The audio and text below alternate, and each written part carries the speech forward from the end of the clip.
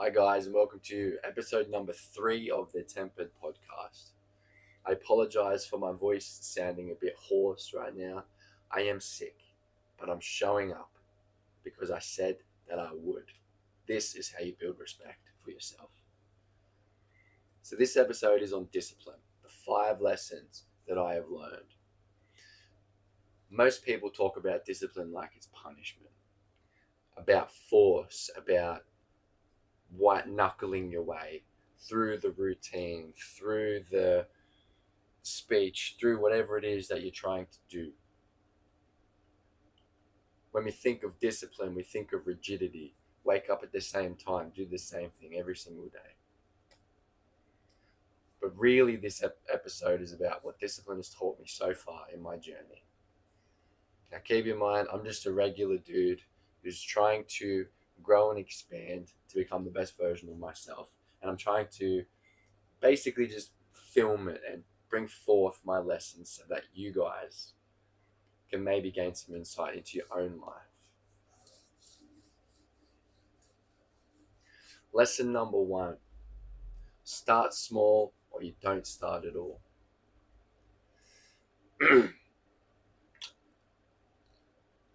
I used to try and rebuild my entire life in a week. I would go through periods of life where I would just reach this point of feeling stuck, where I'd be like, all right, I'm unhappy, something needs to change. And instead of being with that emotion or the depression or whatever and just kind of allowing the wisdom to come through, I would just radically try to control it. I'd be like, all right, I haven't been exercising. I need to wake up at 6 a.m. and I need to go for a 30-minute run. And then I need to have breakfast, which is eggs and spinach and tomatoes and fruit.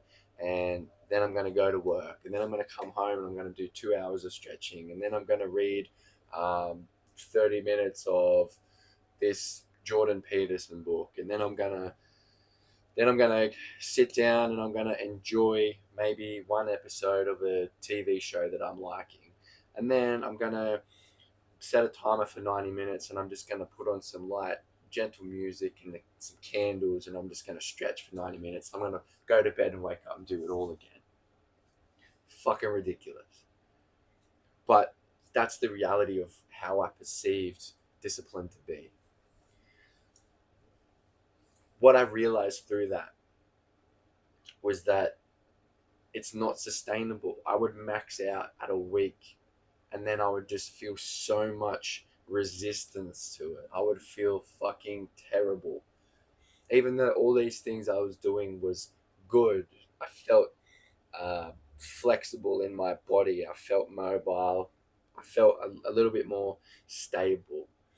But the the inner world, the feelings, the intensity of I don't fucking want to do this just kept growing and growing and growing to the point where I would just go into a state of freeze. My nervous system began to see it as unsafe and I would just procrastinate. I wouldn't do it and then I would go into a shame spiral and I would take it as I am broken because I can't get myself to do these simple things. When in reality, I was just aiming too big too quick. Starting small when I began to start small. So following one mindful breath instead of 100, doing 2 minutes of stretching instead of an hour. This is when I started to notice consistency. And through that consistency is where I really began to see results. So the lesson here is to start small. And if you're starting small and you think that it's small enough and you still can't manage to get yourself to do the things, go even smaller. Like, think as small as you can. And I know it sounds ridiculous because the whole white knuckling thing is constantly being pushed on fucking social media. Just got to do it. You just got to get out of bed. You just got to fucking hit your alarm and jump out of bed. That's not the reality for the average person. That wasn't the reality for me. Even now, it's not my fucking reality. If I don't want to do something, I take the time, most of the time, to kind of just be with the resistance, to allow it to transmute the past, and then I'll do the thing. Sometimes I can just say, all right, nah, fuck it, we're going, we're doing it, let's go. But sometimes it just doesn't work like that. Sorry, voice. This brings me into lesson number 2. Discipline works even when motivation dies. So motivation is obviously the spark. It feels good. It feels energizing. You feel a little lighter. You might feel a bit more fulfilled, happier, whatever. But inevitably, that motivation dies. It might be a day, a week, 2 weeks, a month, whatever. At some point, there is going to be a sense of, I don't want to fucking do this right now.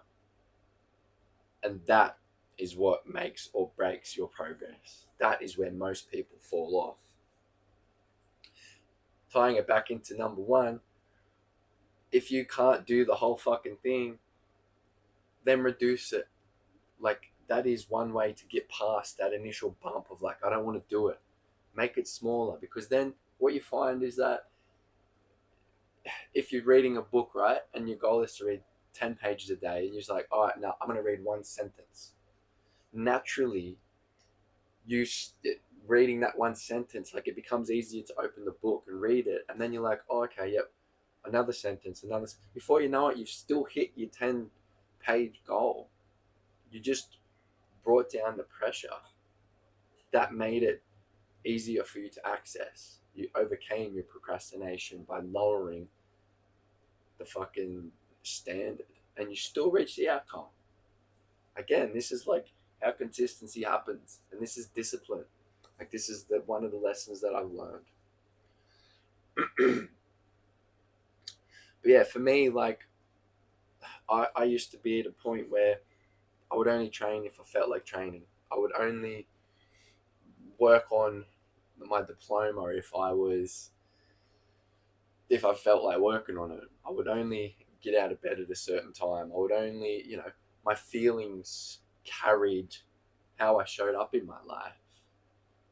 And the unfortunate thing about feelings and letting them lead you is that they are inconsistent. Feelings come and go, they fluctuate. Sometimes they're intense, sometimes they're not so intense. Feelings are not a fantastic leader. They're great at providing information about what is going on in here and out there. That's all they are. Feelings are communication, no more, no less, in my mind.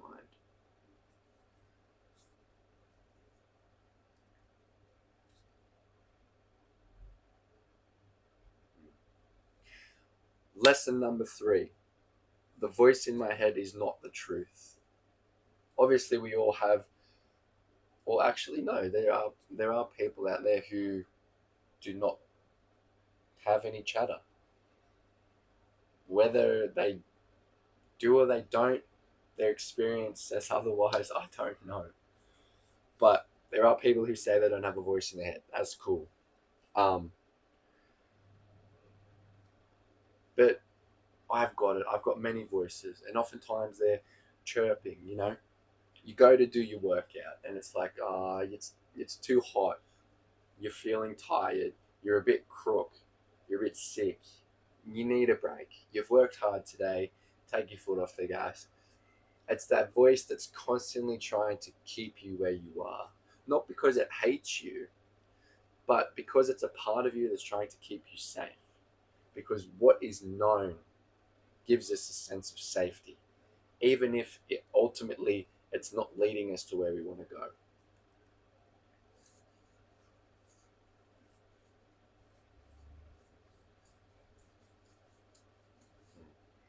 But this is one thing where exercise translates perfectly into real life. Like, obviously, exercise is one facet of life if you choose to do that. But I set timers. My rest time is 60 seconds, no more, no less. If I feel I can go sooner, I still wait that 60. And what that teaches me is that even when there's an exercise that I dread, that I do not want to do, such as a single arm hang, those things fucking suck sometimes. especially when you got calluses and just gripping the bar just hurts like a motherfucker. But as soon as that timer goes off at 60 seconds, I'm in. I'm straight in. I'm doing the thing. And that's translating to even this, the podcast. I say that I'm going to do something and I just get in and I just do it because I'm practicing training that muscle every single time I work out. And I do view it as a muscle because I've gotten better at it. There were times I've been training probably since I was 16, 17, I think. Initially the gym, always played sport, whatever, getting off track. But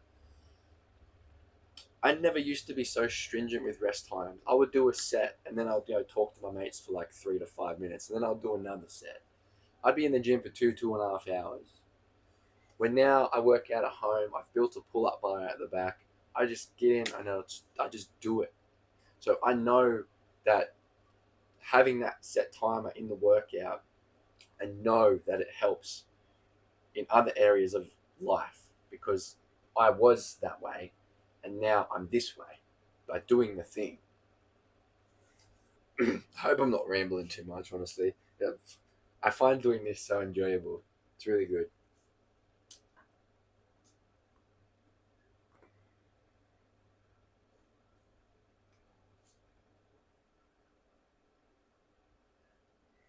Mm.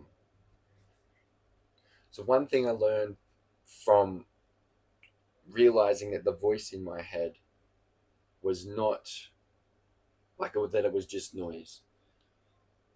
It gave me space and opportunity to find the leader within me. Because discipline isn't just about behavior, it's about taking responsibility for the different parts inside of yourself. Because we all have multiple parts that are trying to keep us safe, trying to stop us from putting ourselves out there with the risk of being hurt and harmed by the opinion of other people. Maybe it's to give you a sense that traveling is dangerous because you might get hurt or lost or end up breaking a bone in another country or whatever. Like, we all have those parts that tell us, no, don't do that, that's unsafe, because it's trying to keep you safe. And so learning that there is a leader that we can all develop from the inside, that's life changing, because all those voices are still there and you can take in the communication that they're giving you.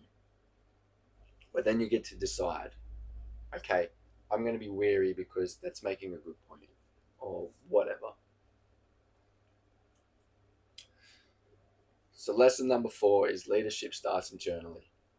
And you cannot lead in the world if you cannot lead yourself. That is a fact.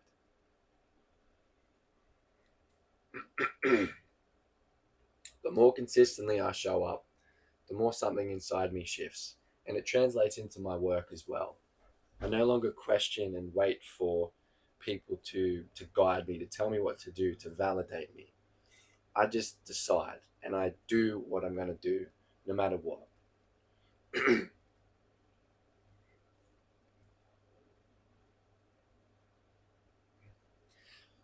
And the awesome thing about this too is that I'm learning and becoming more aware about the different types of leadership.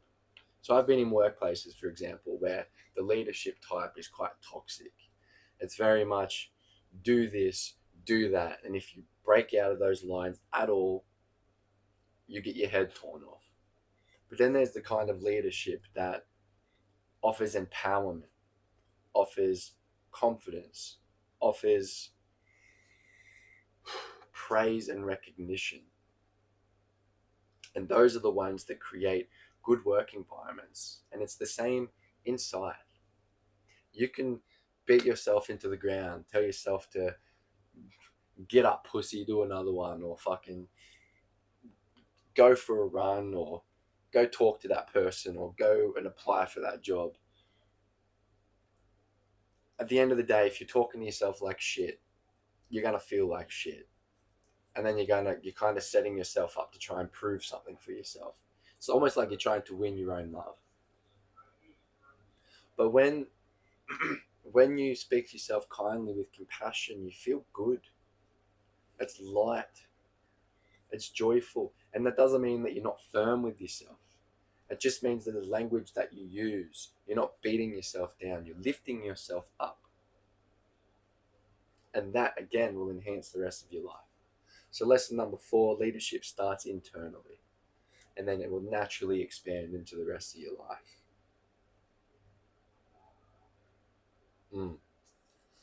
Lesson number 5, fifth and final lesson for now. Adaptability beats intention.